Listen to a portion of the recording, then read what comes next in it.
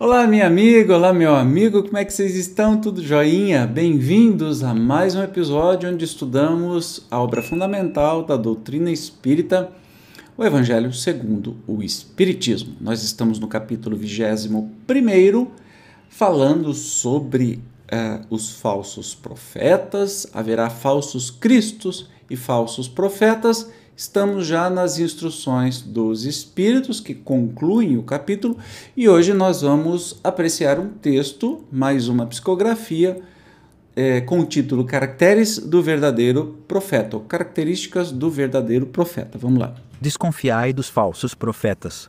É útil em todos os tempos essa recomendação, mas, sobretudo, nos momentos de transição em que, como no atual, se elabora uma transformação da humanidade. Porque, então, uma multidão de ambiciosos e intrigantes se arvoram em reformadores e messias. É contra esses impostores que se deve estar em guarda, correndo a todo homem honesto o dever de os desmascarar. Perguntareis, sem dúvida, como reconhecê-los. Aqui tendes o que os assinala. Somente há um hábil general capaz de o dirigir, se confia o comando de um exército.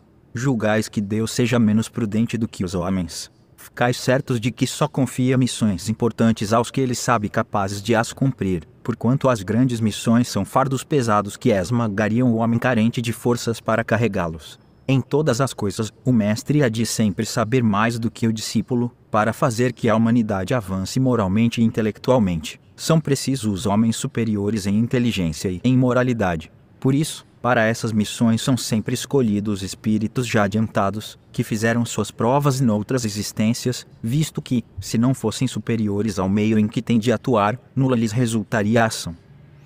Isto posto, a vez de concluir que o verdadeiro missionário de Deus tem de justificar pela sua superioridade, pelas suas virtudes, pela grandeza, pelo resultado e pela influência moralizadora de suas obras, a missão de que se diz portador. Tirai também esta outra consequência: se, pelo seu caráter, pelas suas virtudes, pela sua inteligência, ele se mostra abaixo do papel com que se apresente, ou da personagem cujo nome se coloca, mas não é do que um histrião de baixo estofo, que nem sequer sabe imitar o modelo que escolheu. Gente, nós estamos colecionando palavras interessantes. Hoje é histrião. Claro que eu vou pesquisar o que é histrião. Vamos perguntar aqui para o pai dos burros, que a gente chamava de dicionário, lembra? Pai dos burros. Histrião. No teatro, entre os antigos romanos, jogral, o comediante que representava as farsas populares da época bufa.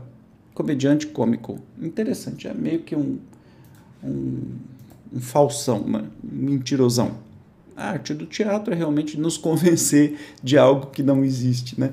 Então, faz sentido. Então, é muito fácil saber distinguir os falsos profetas, é só ver os atos dessas pessoas.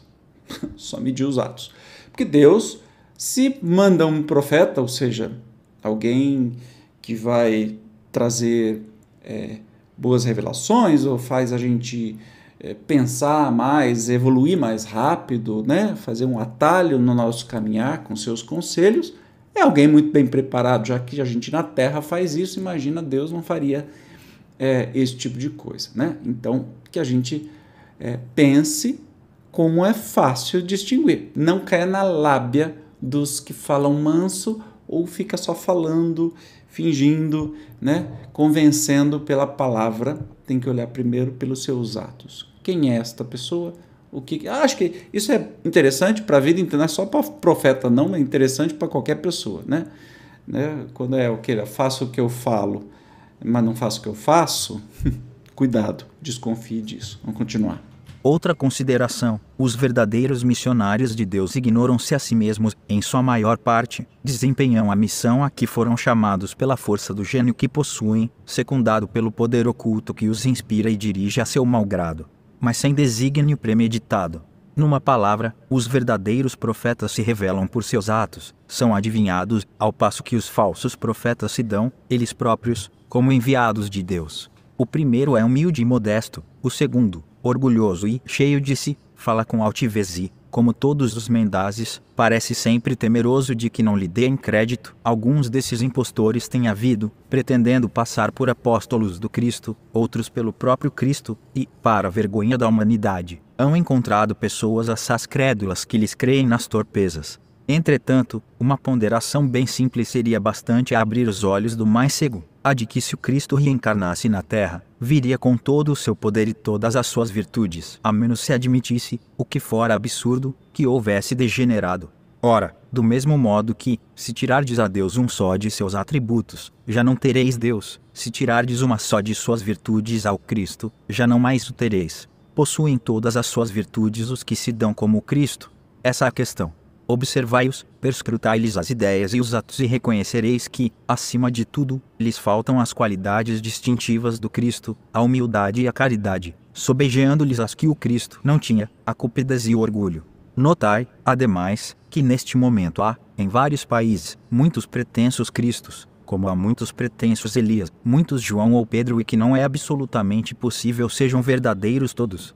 Tende como certo que são apenas criaturas que exploram a credulidade dos outros e acham cômodo viver à custa dos que lhes prestam ouvidos. Desconfiai, pois, dos falsos profetas, machime numa época de renova-se cedilha maiúsculo O, qual a presente, porque muitos impostores se dirão enviados de Deus. Eles procuram satisfazer na terra a sua vaidade, mas uma terrível justiça os espera, podeis estar certos. E essa mensagem de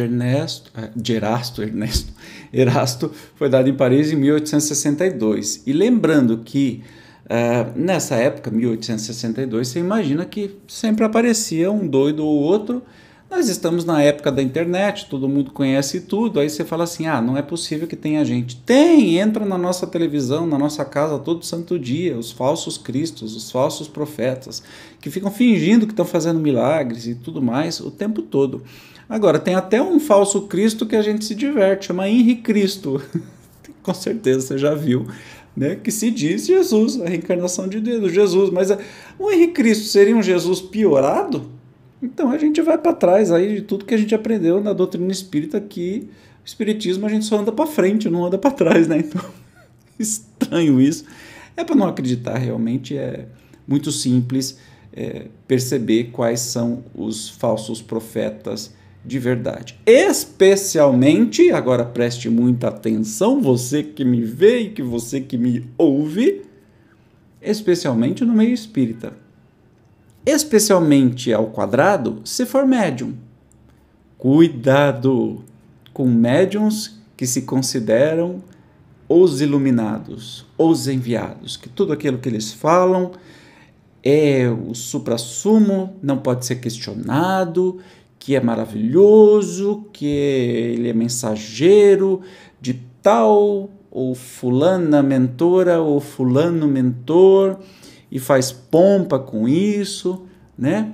E depois, no dia a dia, tem umas atitudes esquisitíssimas, estranhas. Então, abre o olho, porque o Espiritismo manda desconfiar de 10 verdades. É preferível desconfiar de 10 verdades do que acreditar numa mentira.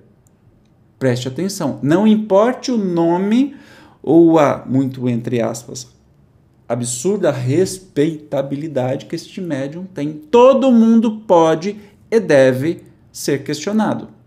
Isso é o espiritismo de Kardec. O movimento espírita, essa coisa religiosa que foi implantada no Brasil, é outra história. Não é bem Kardec, né? A gente vê que tem coisas que não pode questionar. Às vezes você não pode questionar nem na sua casa espírita. Quem está falando não pode questionar o palestrante. Nossa, que falta de respeito. Isso não é espiritismo. Isto é religião, coisa que o espiritismo não é. Portanto, você que estuda sabe muito bem do que eu estou falando e preste atenção nos falsos profetas também no meio espírita, que está coalhado de gente. Presta atenção, tá bom?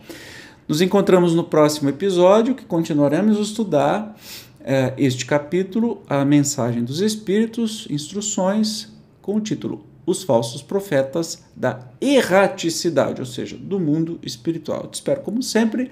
Obrigado pela sua presença e até o próximo. Tchau.